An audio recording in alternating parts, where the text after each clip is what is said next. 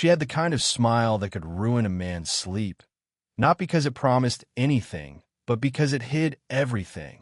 The first time I met her, the world smelled faintly of disinfectant and rain. I was sitting on the hospital cot, a paper gown sticking to my back, pretending not to be nervous about the sharp pain that had brought me here. Then she walked in, Dr. Elise Hart, the night shift nurse with silver streaks in her dark hair and the calm precision of someone who'd seen too much. "Let's check your heart," she said, the corner of her mouth curving just slightly. And then, after a pause too long to be casual, and everything else. I thought she was joking. Maybe she was. But my pulse betrayed me, racing under her stethoscope, thudding too hard against her palm, as if my body hadn't gotten the memo that this was just a checkup. She noticed, of course.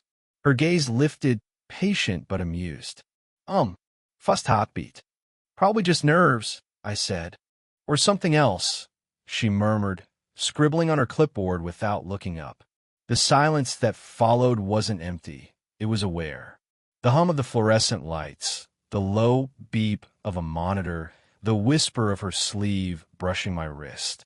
Every sound felt amplified, as if the room itself was watching. I was 27, old enough to know better, young enough to be reckless with feelings. She must have been mid-40s, maybe older, though she carried herself like someone who didn't care to measure time in years anymore. Her hands were steady, her tone professional, but there was a heaviness to her pauses, the kind people use when they've learned to hide their loneliness behind small talk. "So," she said, snapping her gloves off, "you came in alone?" "Yeah. No girlfriend to worry." I laughed softly. "No, you." That made her stop. For a split second, her eyes met mine, sharp, searching. Then she smiled again, smaller this time. "I'm everyone's nurse," she said. That's as close as it gets. Something about that line stuck. When she turned to leave, I caught myself staring at the back of her neck, where a loose strand of hair had escaped her bun. I wanted to say something, anything, to make her turn around again. But all I managed was, "Hey, Elise." She paused in the doorway. "Yeah. Do you ever get tired of pretending it's just work?" Her hand froze on the doorframe. For a heartbeat, she didn't move. Then she exhaled, a soft, uncertain sound, and said quietly, "Every night." That should have been the end. But later, when I left the hospital, she was there, outside, under the awning, smoking in the rain. Her hair was damp, her uniform jacket zipped halfway. She didn't look surprised to see me. "Heart still racing?" she asked. "Worse now," I said.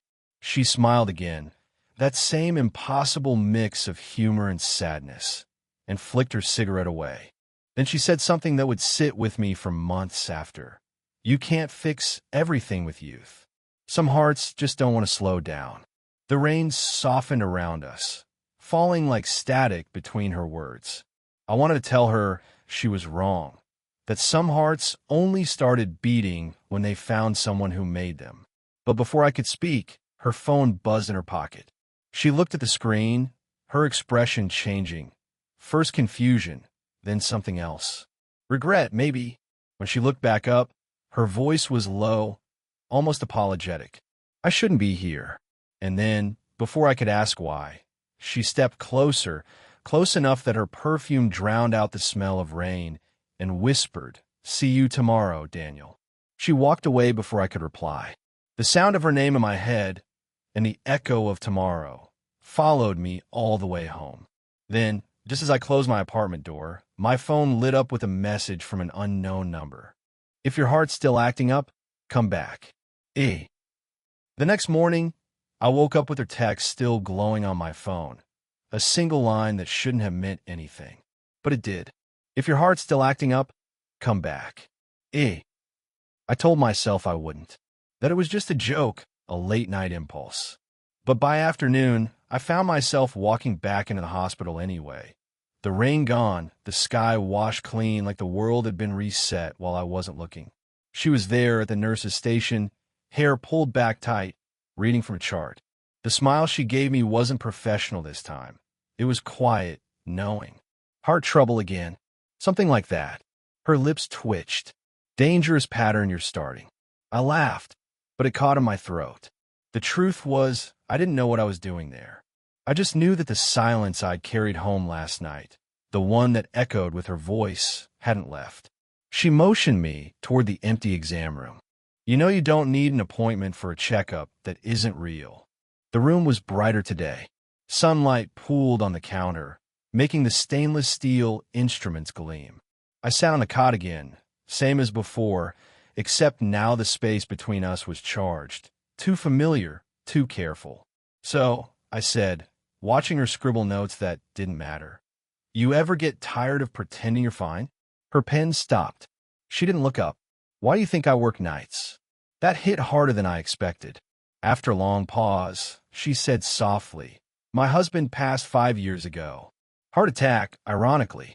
I stayed in the same hospital after because leaving felt like running away. Her voice was steady, but her hands, they trembled just slightly when she set the pen down. I'm sorry, I said. It sounded useless. Don't be. He was a good man. But I think part of me stopped being someone after that. The silence hung between us, not pity, but understanding. I wanted to say that I knew the feeling that losing someone doesn't always mean death. Sometimes it's just being left behind by time. Instead, I said, I dropped out of med school. That made her look up. Why? Couldn't handle watching people hurt and not being able to fix it. Guess I still can't. Her eyes softened. Not sympathy, but recognition. That's not failure, she said. That's feeling too much. For a long time, we just looked at each other. The air felt warm, heavy, like the moment before thunder. Then she reached out, not thinking, maybe, and pressed her fingers gently against my wrist, where she'd checked my pulse before. It was the smallest touch, but it burned. Neither of us spoke. Her hand lingered longer than it should have, then withdrew slowly, as if pulling away from something dangerous.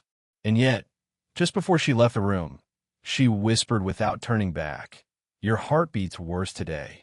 I told myself it was over, that I wouldn't go back again. But lies have a heartbeat, and mine wouldn't stop. 3 days passed before I saw her again. Not at the hospital, at the grocery store. She was standing in front of the produce section, reading a label on a bag of apples, dressed nothing like the woman I knew, jeans, a faded gray sweater, her hair loose for once. She looked ordinary, human. I should have walked past her. But instead, I said her name softly. Elise. She froze for a heartbeat, then turned.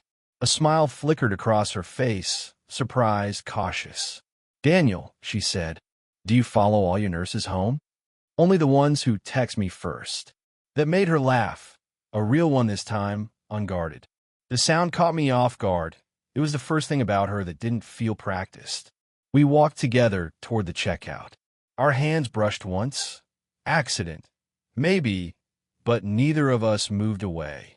The air between us felt dangerous again, but not the same as before. Softer. Then I saw him. A man, maybe early 50s, waiting by the counter, tapping his cane against the floor. When he looked up, his face was worn, kind but tired. Elise's smile faltered. She whispered, Daniel, this is Robert. And then, quieter, my husband. I felt something cold slide through me. She hadn't lied, not exactly. She'd said he'd passed, and maybe he had in a way, because the man who stood before me looked broken, hollow-eyed, a body still here while everything else had gone. He smiled faintly at me. Friend from work? Elise hesitated. Patient. The word stung more than it should have. We made small talk for a few minutes, the kind that fills space, but says nothing. When I left, she didn't look back. But as she walked out the door, her hand brushed mine again. Not by mistake this time, and she whispered, don't text me.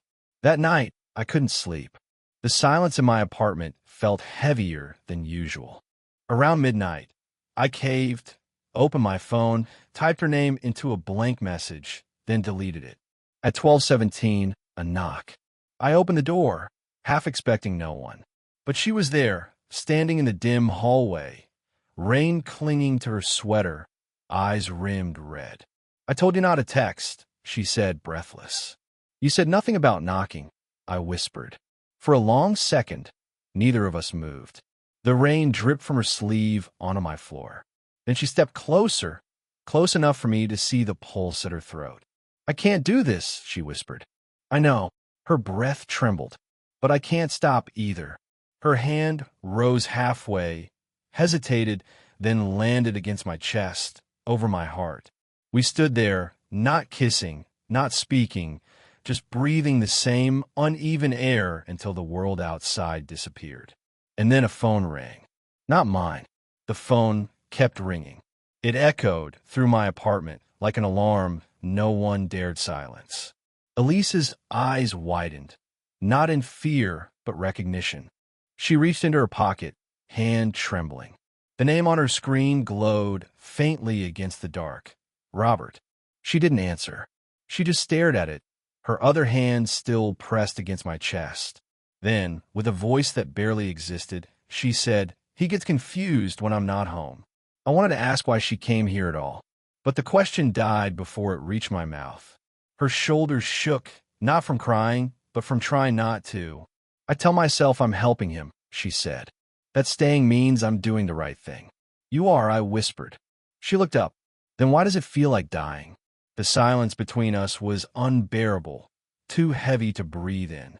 I could smell the rain in her hair, the faint hospital soap on her skin. Elise, I said quietly, you don't owe anyone your life. That broke something. Her breath hitched. One sharp inhale. Then she stepped back, shaking her head like she was trying to clear the thought away. Don't make this worse, she said. I'm not trying to. You are. You think this is romantic. It's not. It's ruin. Her words hit like cold water, but she wasn't angry.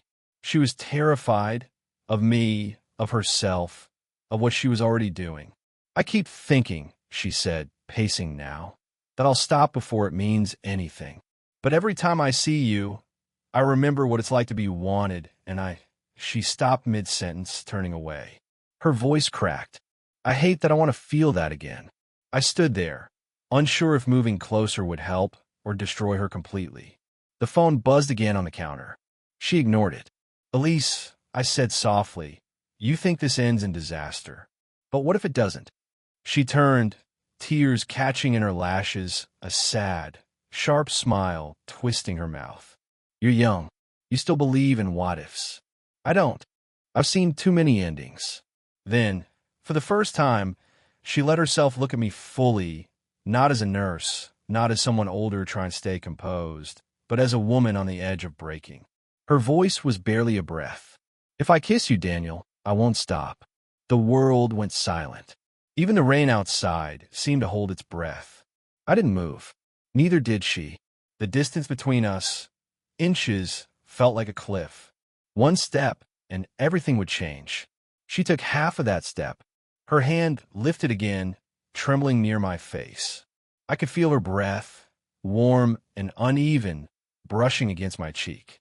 Then, just as her lips parted, the door burst open. A voice from the hallway. Elise? Robert stood there, cane in hand, eyes wide, confusion turning quickly to something else. For a moment, no one spoke. The only sound was the rain smearing down the hallway window and the uneven tapping of Robert's cane. Elise, he said again, softer now, almost pleading. What's going on? She stepped back from me, so fast, it looked painful. Her hands went up as if trying to catch a truth that was already falling apart. Robert, it's not what it looks like.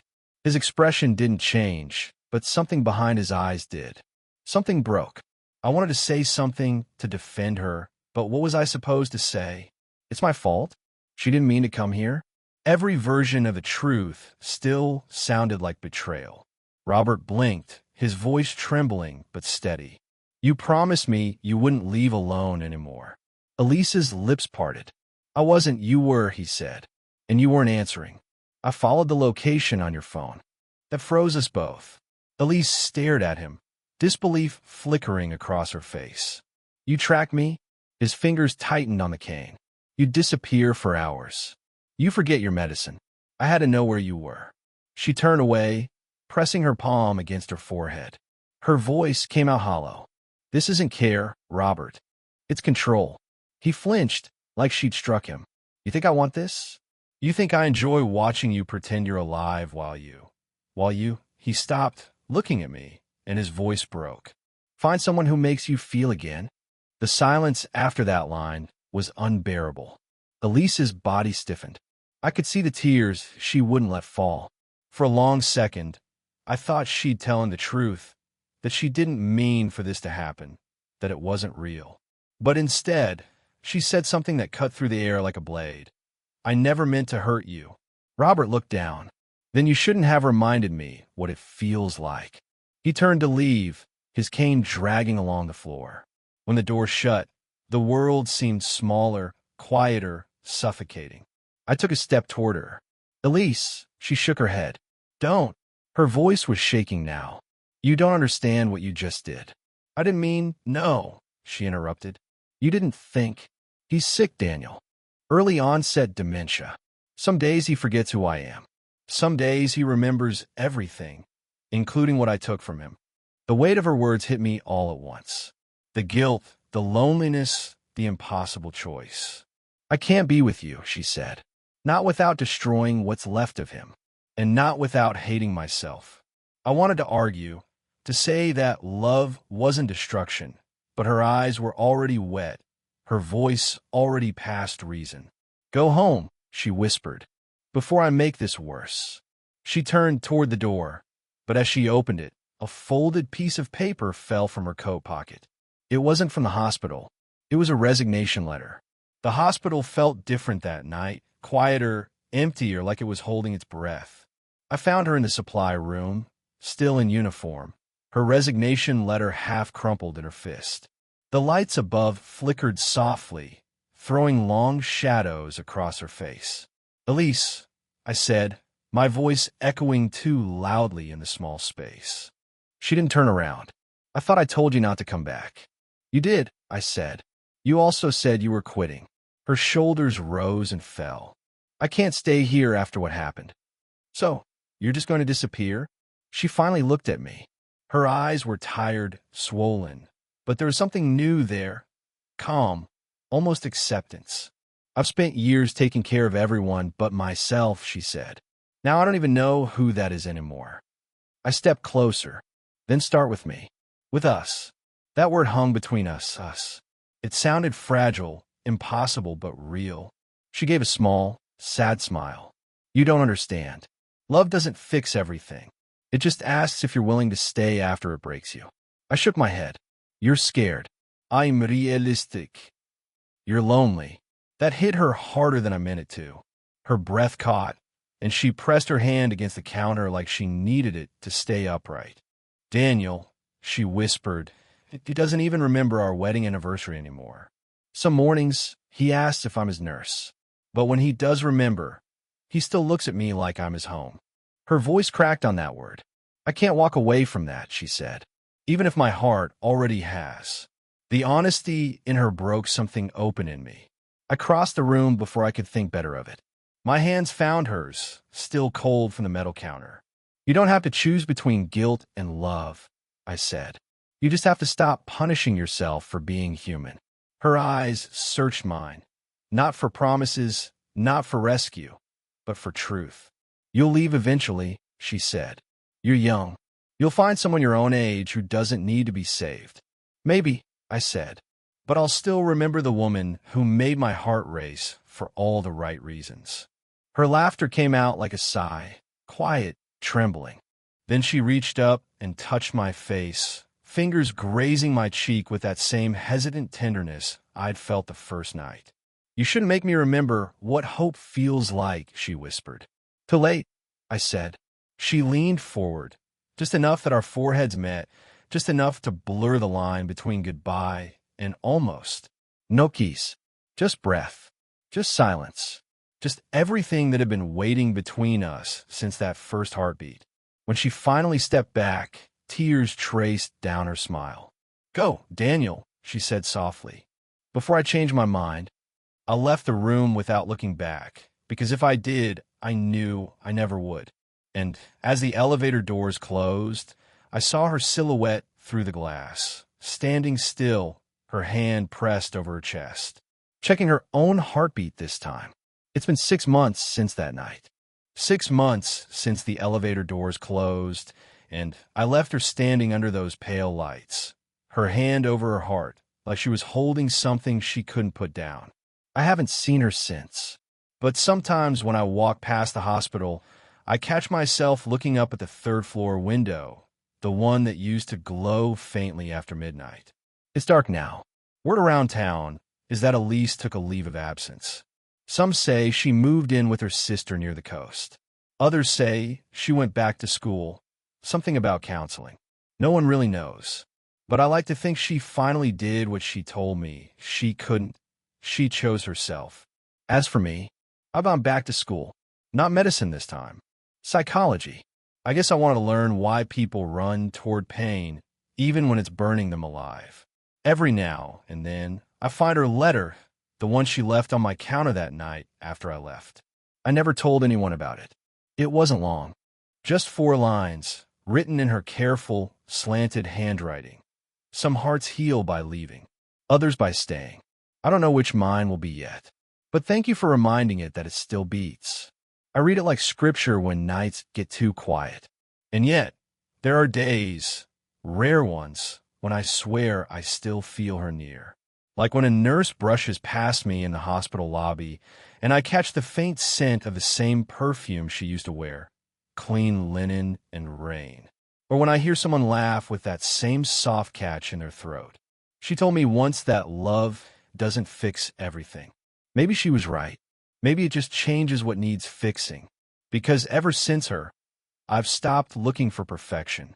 I've started noticing smaller things, the warmth in someone's voice, the way light hits a cup of coffee, the courage it takes to keep caring even when it hurts. I think she'd like that. I still keep my phone on vibrate at night. Old habit, I guess, waiting for a message that won't come. But sometimes I imagine what it would say if it did. Still checking your heart. And I'd smile and type back. Every day. Maybe that's the point of people like Elise. They don't stay to love you forever. They stay just long enough to remind you that love is real, that it's worth the risk, that your heart still knows how to feel even when you wish it didn't. And if that's not enough to call it love, then I don't know what is. So if you're listening to this, if you've ever loved someone you couldn't keep or let go of someone you still dream about, maybe this story is for you too. Because sometimes the bravest thing you can do for love is survive it. Did you enjoy the story? What kind of stories would you like to hear next? More forbidden love, slow burn romance, or bittersweet endings like this one?